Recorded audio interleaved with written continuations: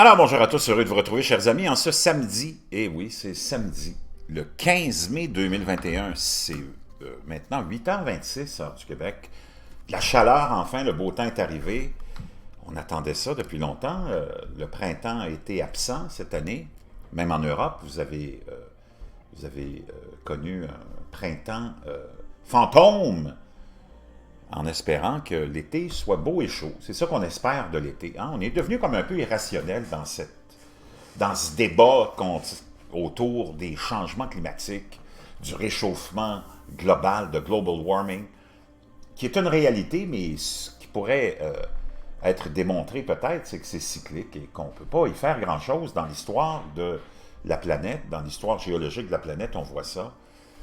Dans l'histoire aussi des civilisations, on a vu des grandes avancées de civilisation, une prospérité s'installer quand il faisait plutôt beau et chaud, sur une longue période, plutôt que une dégringolade de ces économies-là et de ces sociétés-là, lors de ce qu'on appelle des grands minimums solaires, où il y avait peu d'activité solaire et les températures baissaient. Naturellement, ça amenait des dérèglements au niveau du climat, des pluies, de la neige, du froid, du gel quand il ne faut pas en avoir, de la pluie, de la pluie, de la pluie. On a besoin d'eau, mais à un moment donné, tu as besoin de soleil aussi pour faire pousser tes légumes et tes fruits. Donc, il y a beaucoup d'hystérie, il y a beaucoup d'irrationalité, ça a été politisé, donc ça veut dire que c'est un sujet qui est devenu pourri, dont on ne peut plus parler intelligemment et dont on ne peut pas non plus se préparer adéquatement parce qu'on l'a politisé. C'est le propre de toutes nos organisations politiques, c'est de politiser tous les sujets pour les rendre pourris, puis les rendre inefficaces, puis on se retrouve toujours dans la même situation, sur la même case, où qu'on entreprenne la tcha-tcha, hein, de la politique. Un pas en avant, deux pas en arrière, trois pas sur le côté gauche, quatre pas sur le côté droit. Et c'est comme ça qu'on se retrouve après ça. Après la danse, toujours sur la même case. Il n'y a rien qui avance parce qu'on a politisé tout. On politise les frontières, on politise, quand ça fait notre affaire, les Jeux olympiques. Tout est politisé. Donc, il n'y a plus d'intelligence, il n'y a plus de rationalité. Tu ne peux plus te fier à qui que ce soit. Tu n'as plus confiance en personne. Et c'est là où on se retrouve en 2021, le 15 mai. Mais il y a des choses qui ne changent pas. La Lune, le Soleil, les astres, qui font ce qu'ils ont à faire. Et une menace de plus en plus, dont on parle de plus en plus ouvertement, c'est celle d'une éruption solaire majeure qui pourrait venir, en ce moment, si on était touché par ça, nous donner un gros coup, un gros crochet, comme on pourrait dire en utilisant le langage de la boxe, dans les côtes et nous faire plier les genoux parce que, je ne sais pas si vous avez remarqué, mais tout notre environnement, toute notre vie tourne autour des réseaux électriques, des connexions Internet et le sans-fil. Toute technologie, toute action de tous les jours est reliée à ces réseaux électriques, électroniques et de sans-fil.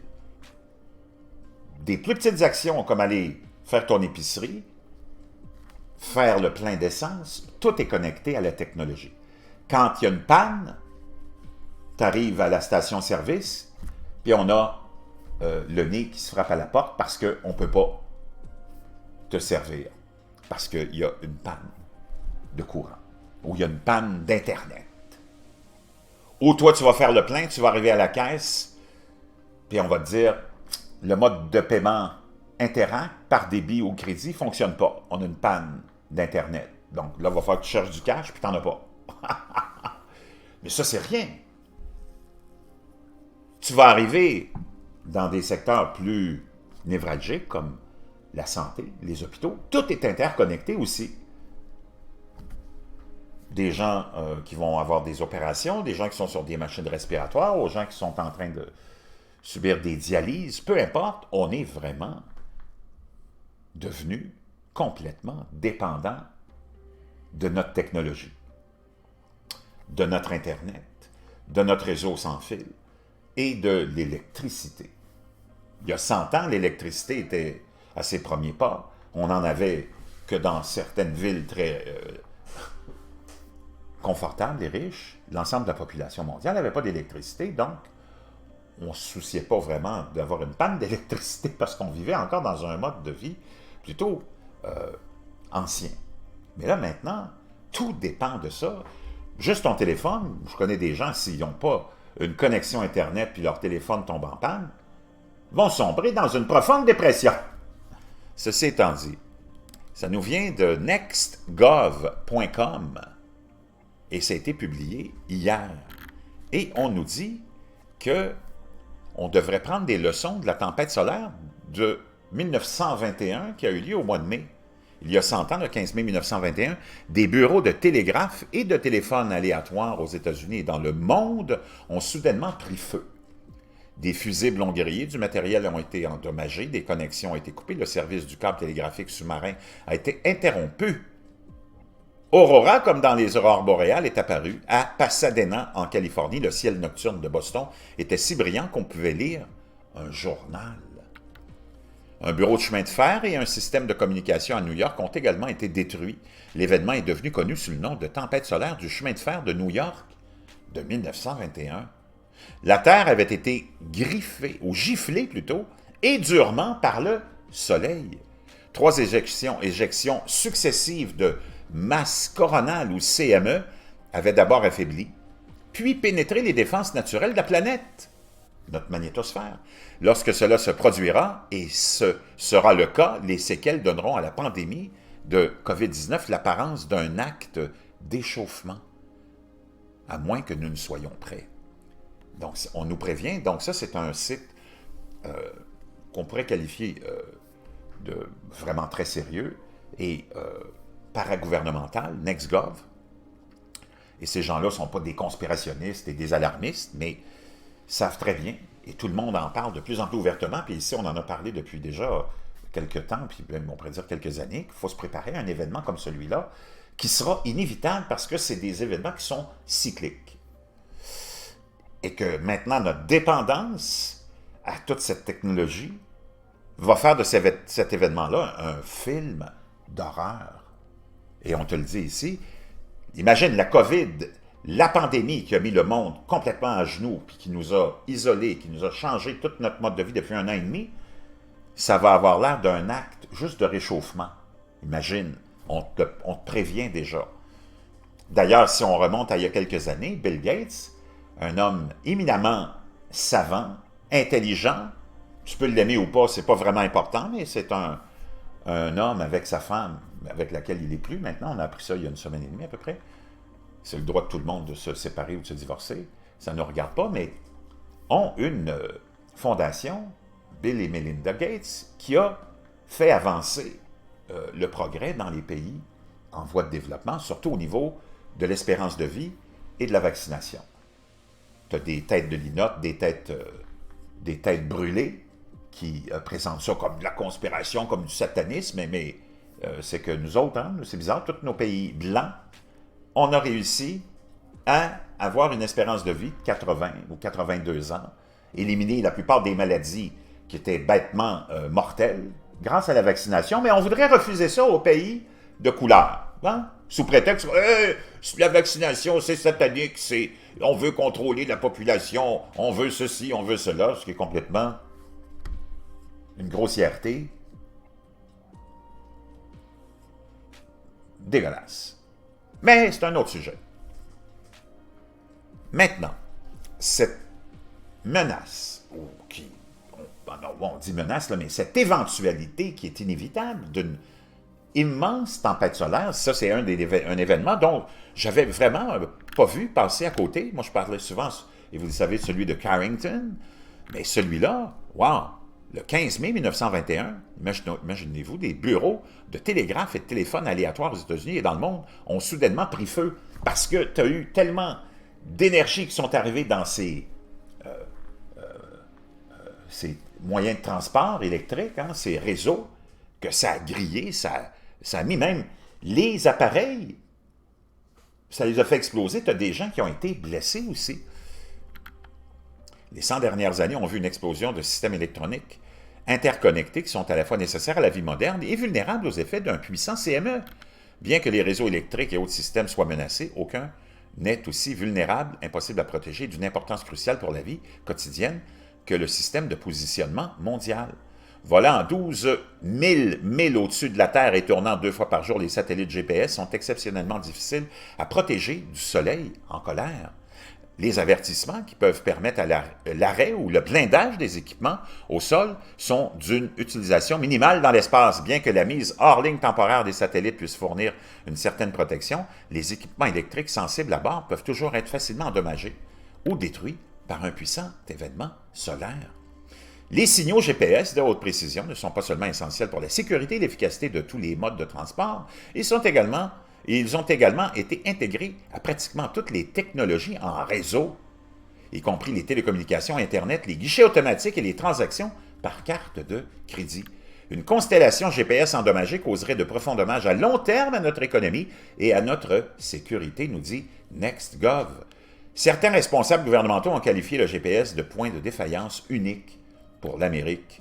Pourtant, malgré la vulnérabilité à une activité solaire sévère, une variété d'autres menaces et son importance pour l'économie et la sécurité du pays, les États-Unis n'ont pas de plan de secours ou d'alternative si le GPS n'est pas disponible. Les CME, ces éjections de masse particulièrement puissants, sont des phénomènes rares mais récurrents, donc qui reviennent. La recherche scientifique en a découvert un en 1770. Le premier enregistré était le célèbre événement Carrington, dont je vous parle souvent, de 1859, qui a incendié les premiers bureaux de télégraphe et éclairé le ciel nocturne avec des aurores boréales jusque dans les tropiques. Un puissant CME a traversé l'orbite terrestre en 2012. Selon la NASA, si cela s'était produit plusieurs jours plus tôt, nous aurions ramassé tout un morceau, ou nous aurions ramassé tous les morceaux.